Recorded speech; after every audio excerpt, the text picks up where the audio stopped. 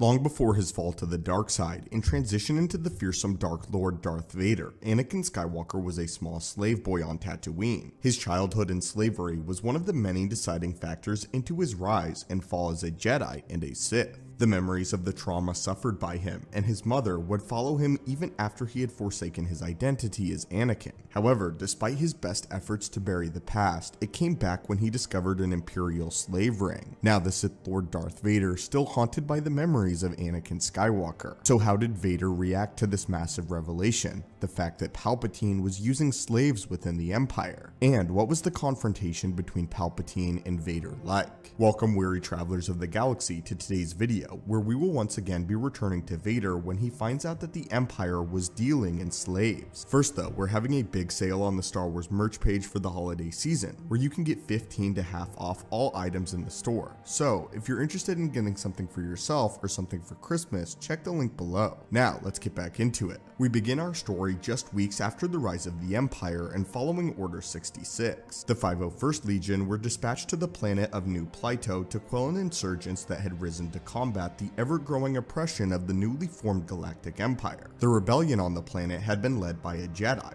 and at this period in time, Vader was still on his warpath, hyper-focused on hunting and destroying all remaining knights. After a brief battle with the resistance on New Pluto, the 501st had been victorious, and Vader contacted Commander Vale and asked about the Jedi. The officer would tell him that they didn't find him in the battle or among the dead. Commander Vale then asked what would be made of the clones in the 501st Battalion now that the war was coming to a close, a question that surprised Vader. Vader didn't have an answer for him and dismissively told him that they would discuss it with the Emperor upon their arrival back to Coruscant. The commander then informed Vader that they wouldn't get that chance as their flight had been rescheduled. When Vader questioned him, Commander Vale said this: "No sir, the ship is transporting captured Narusian civilians to the slave market on Orvax 4. The prisoners were mostly females and younglings, so it was decided that they would be sold for profit rather than added to the Imperial workforce." Deeply troubled by the comments, Lord Vader had no response to the commander.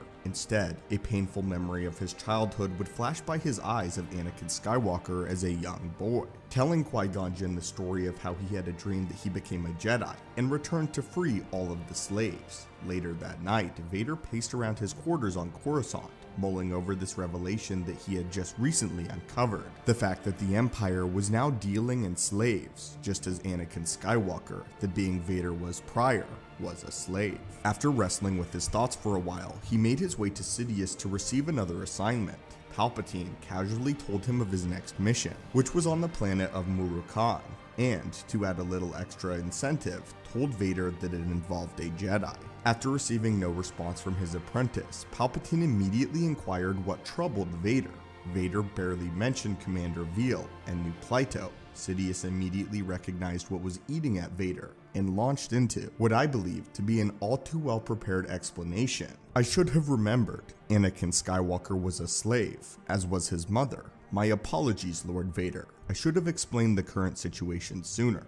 Palpatine would go on to justify the Imperial slave trade as being remarkably different, far more civilized than the slavery that existed in the reaches of the Outer Rim. He explained that those sorts of slaves were doing it for money and personal gain, whereas the Empire was actually doing the rebels a service and a mercy by enslaving them rather than massacring them on the spot. He also went on to say this: "Unrepentant separatists like the Nosarians must be dealt with, put to work. They will make a positive contribution to the Empire, and their lives will be spared as a result." Sidious then promptly left the conversation without offering Vader a chance to share his thoughts on the matter. The comic issue ends with Vader silently staring out over Coruscant, and he never mentions nor speaks of this ever again. I find this whole situation incredibly fascinating, as this is one of the rare few moments where we see the remnants of that boy from Tatooine still lingering within the black shell of darkness that is Darth Vader. Vader is clearly deeply troubled by this prospect, which tells us a few things about his character at this time.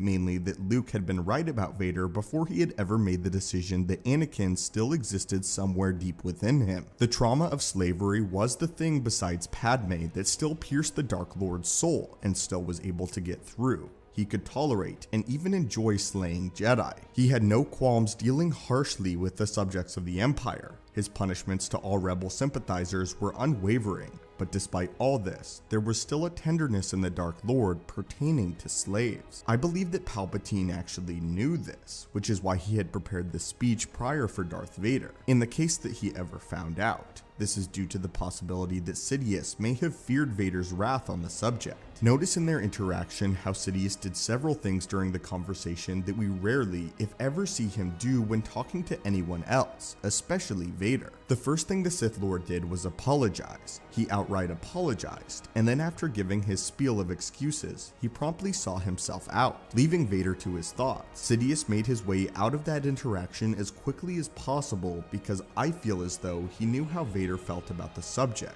and did not want to give Vader the chance to respond. Or perhaps, maybe the explanation is simply that Sidious could not have come up with a better excuse, or any more explanations to his questions. Perhaps Sidious knew that this could have been a potential catalyst for the still fresh Vader to turn on his master, just enough to push him over. Vader was far too invested in the dark side to turn back to the light, but Anakin could have resurfaced and caused Vader to turn on his master. During this time, Vader had only been in the suit for a few weeks. We did a video detailing Vader's first few months in his suit, so if you haven't watched it, I highly encourage you to do so. For those of you that have seen it, you know that Vader around this time was very emotional, conflicted, and melancholy. He was resentful at many things, and this discovery contradicted everything he believed in, although it would take another 20 years and his son Luke to bring him out of this. This is our first indication that Vader was not a lost cause. He fell far from the light and had destroyed everything in his life that made him happy, and brought about the ruin and destruction of the very galaxy he swore to protect. He lost his wife to his own ambition and lust for power. At the very beginning, from obtaining that power, he would realize that it had all almost been for nothing. He pursued and hunted Jedi with his Inquisitors to fill that void left in him, and subsequently afterwards became a massive tyrant to the galaxy at large, a fearsome Dark Lord. No one could stop him, no one but Luke. His son believed in him, and by the time of Return of the Jedi, had already slipped into the role of calling him father, and Vader into the role of calling him son, thus inspiring the conflict inside of the Dark Lord that we would see come to a head during their climactic duel on the second Death Star. All of this because Luke believed that there was still good in him, and his reaction to this revelation proves that buried beneath many layers of darkness, the very young boy from Tatooine was still there.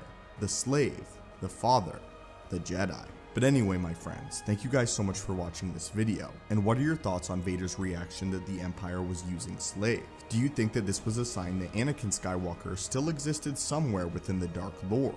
And do you think that it was a contributing factor to Vader eventually turning on his master? Again guys, don't forget to check out the Star Wars merch page, link in the description down below, and I hopefully will see you in the next video.